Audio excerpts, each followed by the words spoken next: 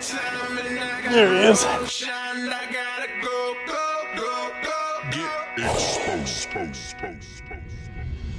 Get the boat, man, it's time to go. Grab your baits and fishing poles. Fill the tank and then hit the road. See you in that fishing hole. Made up my mind, I know. Weekend warrior, I'm a pro. Fishing professional. And when I'm fishing, man, my goal is to win. And that was a toad right there, dude. That's a big one.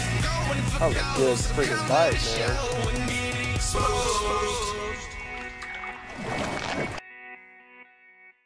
Hey guys, Bill Lowen here on Lake Dardanelle, day one of our Elite Series practice. As you can see, the sky looks nasty, but we're on a river. You know, I love rivers, shallow, muddy water. Fish are always shallow in rivers. You know, so we're gonna go out here today and see what we can do. We're gonna have to take into fact that we're looking at a lot of rain coming, you know, 2 to 4 inches. And we may get some potential to have some flooding, so we're gonna have to definitely pay close attention to that when we find the fish in the areas that we find them. Hopefully that we don't find them in places that if we do get a flood, it'll change that. So yeah, stick with us. We're here with Pro Patterns Exposed, and let's go see what we can find. All right, guys, here's probably one of the biggest mistakes that I see guys on a river system making. Now, I'm not trying to pick on him. I don't even know who that is up there, but he's fishing backwards. He's fishing with the current, okay? River fish are so accustomed to the current bringing their bait to them that they always set nose into the current, okay? So with that being said, you always want to fish into the current. And a lot of guys don't like to do that because it's rough on your trolling motor and you just got to stand on it all the time. But the biggest mistake I see is guys fishing backwards on a river system. You always, without a doubt, want to keep the nose of the boat pointed into the current, pitch upstream and let the current, or what current's there, you know, like we've been saying all day today, there's not much current, but you want to let that current kind of float your bait downstream into the, you know, where the fish is sitting there at his ambush point waiting for it. When you're coming with the current, you're pitching forward and bringing the bait into the current, it's just not natural.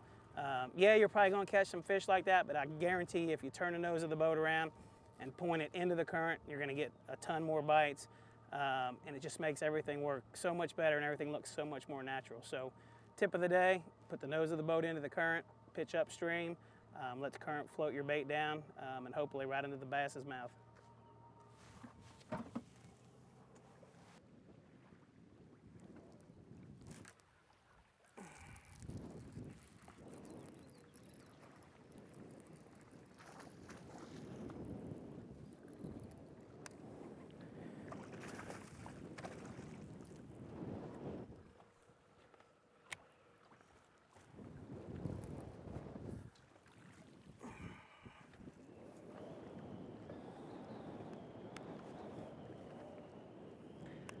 I don't want to turn him that way because there's a boat behind us, but right there's a typical scenario of on a river when there's no current. This sandbar point runs way out there, so instead of the fish getting pushed up here against the bank where there should be when there's a lot of current, they're just positioned up out there on the end of that sandbar, you know, because there's no current. That's a good one. Remember the kind we need. And you can see that fish right there is not spawned out yet. That was my second cast up on that point. First cast I got a bite and missed it.